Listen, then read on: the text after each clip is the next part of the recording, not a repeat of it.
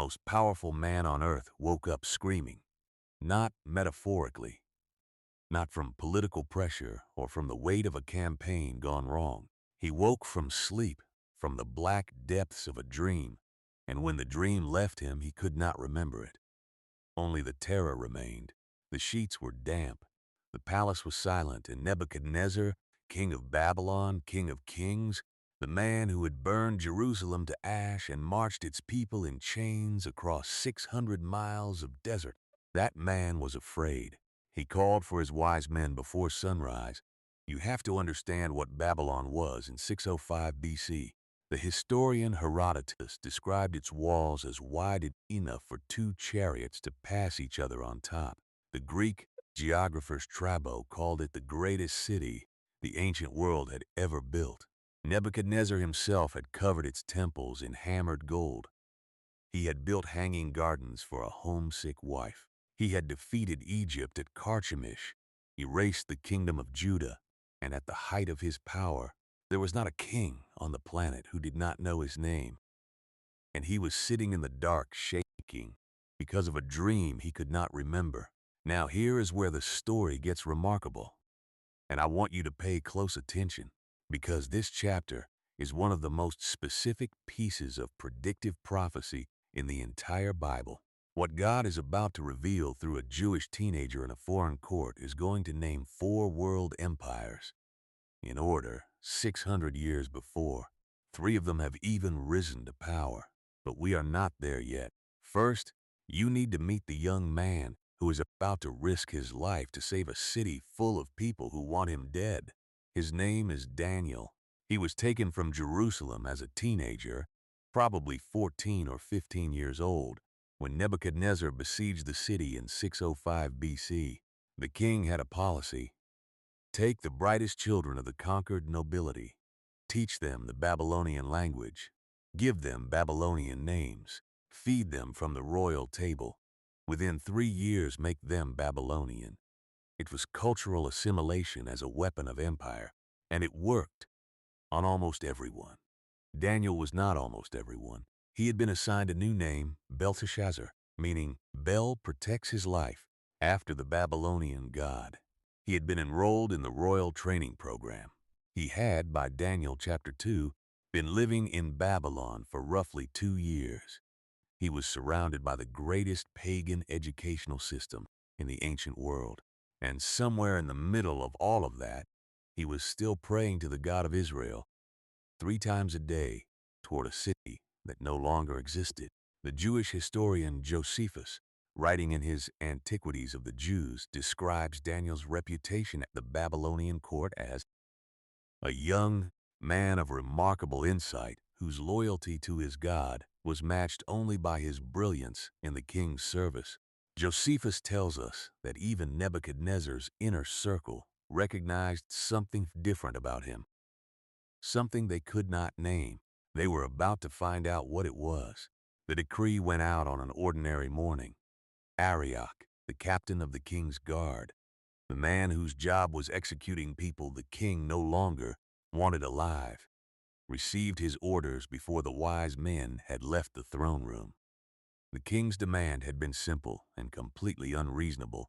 Tell me the dream and tell me what it means, not just the interpretation, the dream itself. Because Nebuchadnezzar, in his fury and his fear, had decided that any wise man worth his salary should be able to do both. And if they could not, they had been deceiving the crown for years and deserved to die for it. The wise men said what you would expect them to say. There is not a man on earth who can do what the king asks. They were right, and they were about to be wrong. Arioch found Daniel.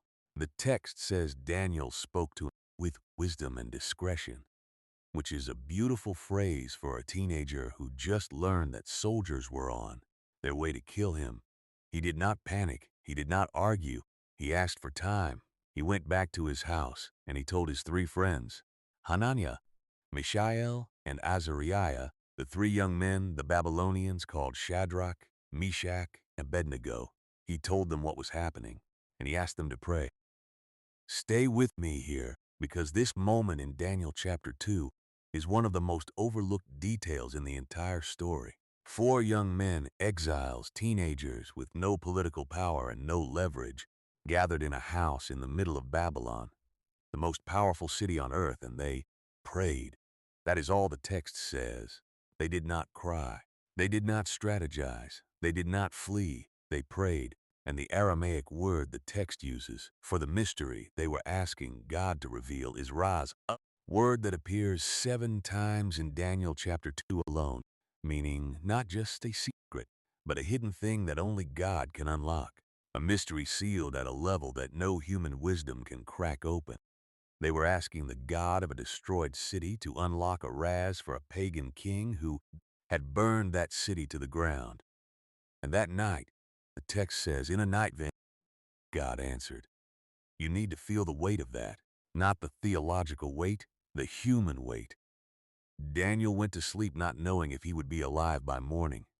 He had prayed, he had asked, and somewhere in the hours before dawn, in the darkness of a house in a foreign city, the God of Israel showed a 14-year-old exile the shape of the next 600 years of human history. Daniel woke up and began to pray again, this time in gratitude. His prayer is preserved in verses 20 through 23, and if you have never read it slowly, I want you to stop and read it after this video. It is one of the most beautiful passages in the entire book of Daniel. Blessed be the name of God forever and ever, for wisdom and might are His. He changes times and seasons. He removes kings and sets up kings. He is not celebrating because he survived the night. He is celebrating because God knew, because God had always known, because the raz that terrified the most powerful king in the world had been sitting in the mind of God since before Nebuchadnezzar's great-grandmother was born. Then Daniel went to Arioch, not as a man asking for his life, as a man with something to say.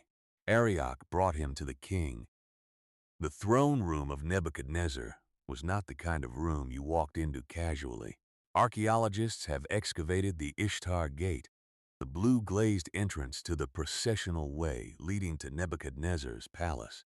And what they found was covered in lapis lazuli tiles, golden lions, and inscriptions declaring the king's eternal supremacy. The throne room itself, based on excavations at Tel Babil in modern Iraq, was vast enough to swallow most small churches whole. You stood at a distance. You did not approach the throne without permission. You did not speak until spoken to. Daniel walked in and told the king his wise men were right. No wise man, enchanter, magician, or diviner can explain to the king the mystery he has asked about. You can imagine the room going very still at that sentence. And then, but there is a God in heaven who reveals mysteries, not a God in Babylon, not a God among your golden idols, a God in heaven. Here is what most people miss about this moment. Daniel is standing in the throne room of the man who destroyed his homeland, speaking the name of the God that Nebuchadnezzar believes he has already defeated. Because in the ancient Near East, when you conquered a nation, you conquered their God. Nebuchadnezzar had carried the vessels of the Jerusalem temple back to Babylon as trophies. He had placed them in the house of his own God. He believed by every logic his world gave him that the God of Israel had lost. Daniel was about to correct that assumption. He told the king what he had dreamed. Your Majesty looked, and there before you stood a large statue, an enormous, dazzling statue, awesome in appearance. The head of the statue was made of pure gold, its chest and arms of silver, its belly and thighs of bronze, its legs of iron, its feet partly of iron and partly of baked clay. Stop there for a moment, just the image alone. You are Nebuchadnezzar. You have not told a single person what you dreamed. Your own royal astrologers, men whose entire career depends on knowing what is happening inside the mind of the crown, could not produce this information. And this teenager from Judah is standing in front of you, describing what you saw in your sleep with the precision of a man who was there. The king did not interrupt. Daniel continued. While you were watching, a rock was cut out, but not by human hands. It struck the statue on its feet of iron and clay and smashed them. Then the iron, the clay, the bronze, the silver, and the gold were all broken to pieces and became like chaff on a threshing floor in the summer. The wind swept them away without leaving a trace. But the rock that struck the statue became a huge mountain and filled the whole earth. A rock, not a sword, not an army. A rock cut out without human hands that hits the statue at its weakest point and does not stop until it fills everything. That image is going to matter. But before we get to the rock, Daniel does something that no court theologian in Babylon has ever done. He names the empires, in order, with specificity that will not be fully verified for 6 centuries. You, O king, are that head of gold. Nebuchadnezzar of Babylon, the first empire, the greatest, the one covered in hammered gold, whose walls Herodotus could not stop writing about. Daniel looks the most powerful man on earth in the eyes and tells him, "You are the gold, you are the top, and after you, there is someone else coming.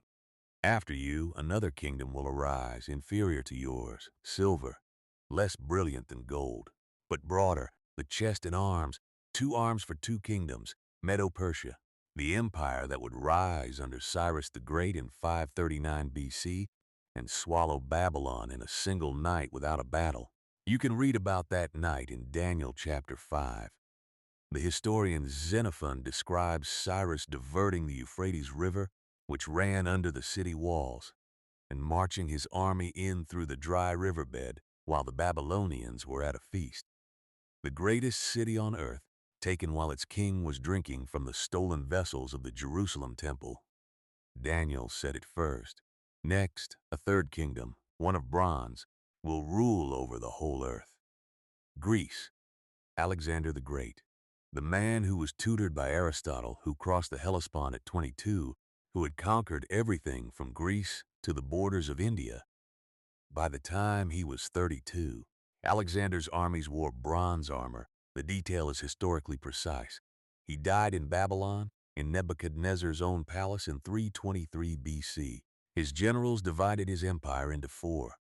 The bronze cracked, and then came the iron. Finally, there will be a 4th kingdom, strong as iron, for iron breaks and smashes everything, and as iron breaks things to pieces, so it will crush and break all the others. Rome. There is no other candidate. Rome that crucified. Rome that burned Jerusalem in AD 70 exactly as Daniel predicted in chapter 9. Rome that built roads to the edges of the known world and enforced law with legions. The Roman historian Tacitus wrote that his empire ruled by fear when it could not rule by law, and the iron legs of Daniel's vision are an almost perfect description of how Rome operated for 5 centuries. Iron does not negotiate, iron breaks. But here is the part nobody tells you. The 4th empire does not end cleanly. It does not fall to a superior force the way Babylon fell to Persia or the way Persia fell to Greece. The iron legs become feet of iron mixed with clay. And Daniel says something startling about those feet. They will be a divided kingdom, just as you saw the iron mixed with clay. The people will be a mixture and will not remain united any more than iron mixes with clay. Look at the map of Europe today. Look at the nations that rose from the ruins of Rome: France, Spain, Germany, Britain, Italy. They have been trying to unite for 17 centuries. Through marriage alliances, through Napoleon, through 2 world wars, through the European Union. And they remain, as Daniel said they would remain, partly strong and partly brittle, mixed but not cohering. You are living in the feet. And now here is your first CTA, because I want you to think about something before we continue. If Daniel called Babylon, Persia, Greece, and Rome before they existed, if every detail of the first 4 kingdoms has been verified by archaeology and secular history, then what are you going to do with what he says about the rock? If this content is making you see your Bible differently, hit subscribe.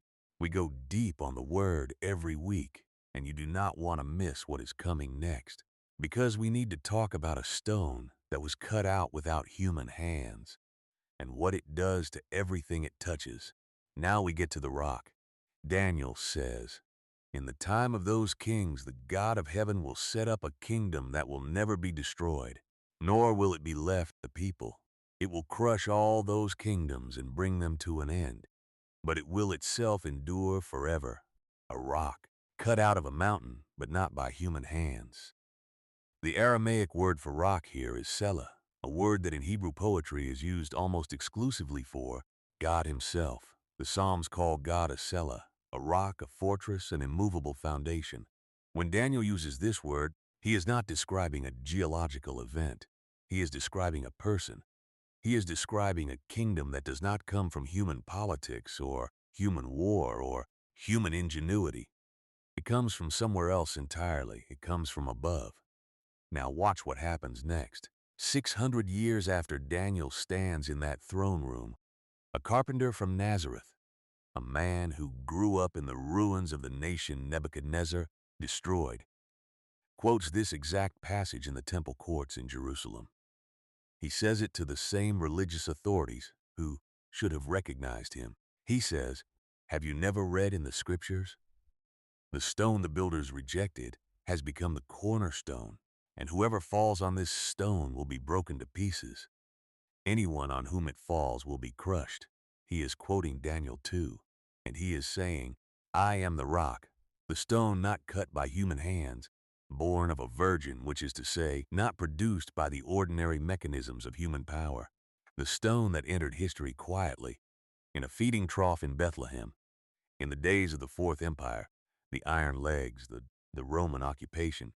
He did not come as a general. He did not come as a politician. He came as a carpenter, and he died on a Roman cross, and 3 days later he walked out of a tomb. And the kingdom that began in that resurrection has been growing ever since." That is what the rock filling the whole earth looks like. It does not look like conquest. It looks like a mustard seed.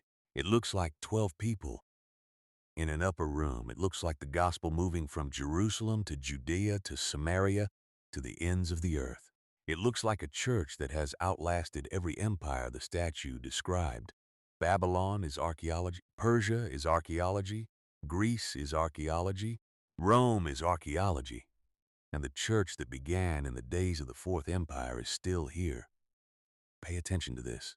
The statue in the dream was enormous, dazzling, awesome in appearance, gold and silver and bronze and iron, the greatest materials human civilization has ever built with, and it was destroyed, not by a superior army, not by a better empire, by a rock cut without human hands. That struck the feet, the weakest point, the point of division, the iron that would not mix with clay, and the whole thing came down. Every human empire is built on feet of clay. That is not poetry, that is prophecy, and it is history. If this video is connecting pieces for you that you never saw connected before, here is your second reminder. Subscribe and share this with someone who needs to see that the Bible is not mythology. It is the most verified document of future history that has ever been written. And the God who revealed 4 empires to a teenager in Babylon is still speaking. Now, let us go back to the throne room.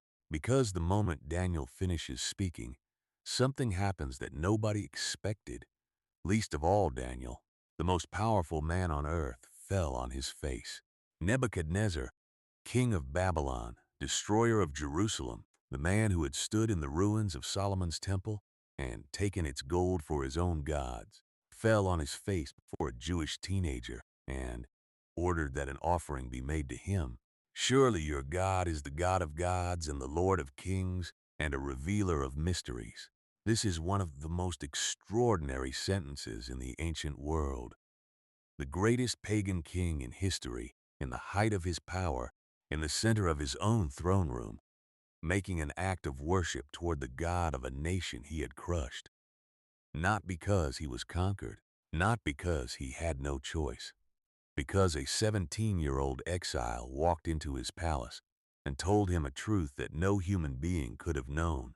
And here is the open loop I planted at the beginning of this video, now resolved. The rock not cut by human hands, the one Daniel described, the one Jesus claimed, It has already struck. The blow landed it in a garden outside Jerusalem on a Sunday morning 2,000 years ago. The statue has been cracking ever since. Babylon fell, Persia fell, Greece fell, Rome fell, and the kingdoms that rose from Rome's ruins, the iron mixed with clay, they are still dividing, still fracturing, still unable to hold together what human power cannot bind. But the rock is still growing. This is not a story about ancient politics. This is not a documentary about archaeology. This is a story about you, living in the days of the divided feet, in the age between the resurrection and the return, watching human empires rise and strain and fracture, and being asked to decide what you are going to build your life on. 3 takeaways, and I want you to hold all 3 before you close this video. First, God rules over kings before they know he exists. Nebuchadnezzar did not ask for the God of Israel. He did not seek him. He did not deserve him. And God showed up in his dream anyway. Not because the king was worthy, but because God had a purpose that required even a pagan king to know who was sovereign. Whatever empire is pressing down on your life right now, whatever iron feels like it is crushing, the God who moved through Babylon has not changed. His methods. Second, the darkest night of prayer is often the night before revelation. Daniel did not know when he laid down that night whether he would live to see morning. He prayed anyway. His 3 friends prayed with him, and the God who knew the Raz since before the universe existed unlocked it in the dark, before dawn, before deliverance, before any evidence that the answer was coming. Sometimes you are Daniel on that night. You pray not because you see the answer. You pray because he is the only one who holds it. Third, and this is the one I want you to carry, every empire ends, every statue falls. Gold and silver and bronze and iron and clay, every structure built by human hands on human pride will be broken to pieces and swept away like chaff. This is not pessimism. This is not a reason for despair. This is the most liberating truth in the book of Daniel. Because if every empire ends, if the greatest kingdoms in human history are archaeology, then you are free. You are free from the pressure to build your security inside something that was never built to last. You are free to place your weight on the one foundation that Daniel saw in that vision, a rock, not cut by human hands. It has already struck. It is still growing, and one day, on a day that even Daniel could not name, it will fill the whole earth. That is Daniel 2. That is the dream of a pagan king. That is the God who revealed the future to the most powerful man on earth to make sure you would know. He was never not in control.